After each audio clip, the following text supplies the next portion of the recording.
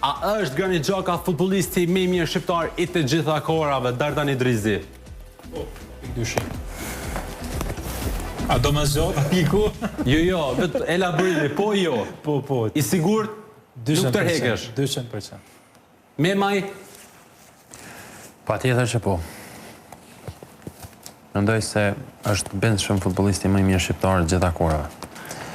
Edhe do të jetë shumë e vështirë që dikush ta ndryshoj këtë punë për shumë vite, për shkak se përveç faktit që ka një CV të jashtëzakonshme, ka qenë edhe decisiv në të gjitha klubet ku domethënë ku ka luajt, kështu që duke bërë qëritin e kapitenit dhe duke na përfasu dinitet shumë me shumë bindje them që është futbollisti më i madh shqiptar e gjitha kohërave.